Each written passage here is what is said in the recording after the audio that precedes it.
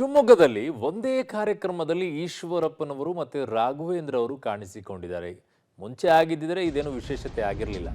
ಆದರೆ ಈಗ ಬಂಡಾಯ ಎದ್ದಿರುವಂಥ ಈಶ್ವರಪ್ಪನವರು ರಾಘವೇಂದ್ರ ಅವರ ಜೊತೆ ಕಾಣಿಸಿಕೊಂಡಿದ್ದಾರೆ. RSS ವತಿಯಿಂದ ಆಯೋಜಿಸಿದಂಥ ಕಾರ್ಯಕ್ರಮದಲ್ಲಿ ಭಾಗಿಯಾಗಿದ್ದಾರೆ. ಒಂದೇ ಕಾರ್ಯಕ್ರಮದಲ್ಲಿದ್ದರೂ ಕೂಡ ಪರಸ್ಪರ ಎದುರಾಗಲಿಲ್ಲ ನಾಯಕರು. ಒಂದು ಬದಿಯಲ್ಲಿ ರಾಘವೇಂದ್ರ ಅವರು, ಮತ್ತೊಂದು ಕಡೆಗೆ ಈಶ್ವರಪ್ಪನವರು.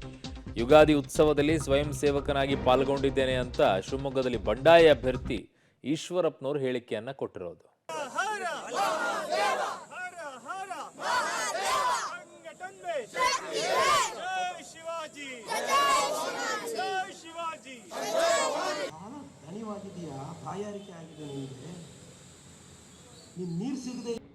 ಇವತ್ತು ನಮ್ಮ ರಾಷ್ಟ್ರೀಯ ಸ್ವಯಂ ಸೇವಕ ಸಂಘದ ವತಿಯಿಂದ ವರ್ಷದಲ್ಲಿ ನಡೆಯುವಂಥ ಒಟ್ಟು 6 ಉತ್ಸವಗಳಲ್ಲಿ ಯುಗಾದಿ ಉತ್ಸವನೂ ಕೂಡ ಒಂದು.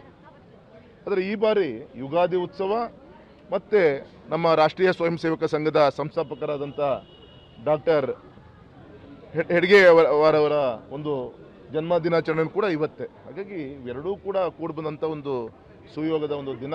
ಈ ಸಂದರ್ಭದಲ್ಲಿ ಇಷ್ಟು ಮಾತ್ರ ಹೇಳ್ತೀನಿ, ನಮ್ಮ ಹಿಂದೂಗಳ ಒಂದು ಹಬ್ಬ ಯುಗಾದಿ ಹಬ್ಬ ಹೊಸ ವರ್ಷವಾಗಿ ಕೂಡ ನಾವೆಲ್ಲರೂ ಕೂಡ ಆಚರಣೆಯನ್ನು ಮಾಡ್ಕೊಂಡ್ಬರ್ತೀವಿ. ದೇವರ ಒಂದು ಆಶೀರ್ವಾದದಿಂದ ಎಲ್ಲರಿಗೂ ಕೂಡ ಒಂದು ಹೊಸ ಸ್ಥೈರ್ಯ, ಶಕ್ತಿ, ಒಂದು ವಿಶ್ವಾಸ ಮೂಡಿಸುವಂಥ ಒಂದು ಆಶೀರ್ವಾದ ದೇವರು ಮಾಡಲಿ. ವಿಶೇಷವಾಗಿ ಇವತ್ತೇನು ನನ್ನ ಸಹೋದ್ಯೋಗಿ ಶಶಿಧರ್ ಈಗ ನನ್ನ ಸಂಪರ್ಕಕ್ಕೆ ಸಿಗ್ತಾ ಇದ್ದಾರೆ. ಶಶಿಧರ, ಏನಿದು ಒಂದೇ ಕಡೆಗೆ ಜೊತೆಯಲ್ಲಿ ನಿಂತು ಕೂಡ ನಾನೊಂದು ತೀರ ನೀನೊಂದು ತೀರ ಅನ್ನೋ ರೀತಿಯಲ್ಲಿ ಆಗಿದ್ದಾರೆ. ಇಬ್ಬರನ್ನೂ ಕೂಡ ಒಂದಾಗಿಸೋಣ ಬಾ ಅಂತೇಳಿ RSS ನಲ್ಲಿ ಯಾರು ಕೂಡ ಮುಂದಾಗ್ಲಿಲ್ವಾ?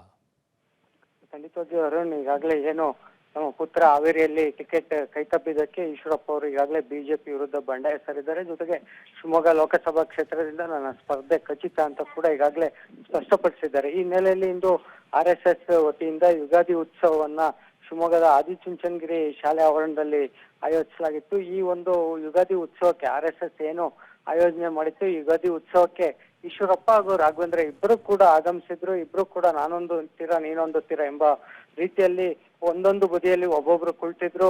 RSS ಮುಖಂಡರು ಮತ್ತೆ ಅಲ್ಲಿ ಬಂದಿದ್ದಂತ ಸ್ವಯಂ ಸೇವಕರು ಪರಸ್ಪರ ಯುಗಾದಿ ಹಬ್ಬದ ಶುಭಾಶಯನ್ನ ವಿನಿಮಯ ಮಾಡ್ಕೊಂಡ್ರು. ಆದ್ರೆ ಇಬ್ರು ಕೂಡ ಒಂದೇ ಕಾರ್ಯಕ್ರಮದಲ್ಲಿದ್ರು, ಒಬ್ರಿಗೊಬ್ರು ಮುಖ ಕೊಟ್ಟು ನೋಡ್ಲಿಲ್ಲ, ಜೊತೆಗೆ ಶುಭಾಶಯನ ಕೂಡ ವಿನಿಮಯ ಮಾಡ್ಕೊಡ್ಲಿಲ್ಲ. ಅಂದ್ರೆ ಈಗಾಗಲೇ ಈಶ್ವರಪ್ಪ ಅವರು ಯಡಿಯೂರಪ್ಪ ಕುಟುಂಬ ವಿರುದ್ಧ ಪದೇ ಪದೇ ವಾಗ್ದಾಳಿ ಮಾಡ್ತಿದ್ದಾರೆ.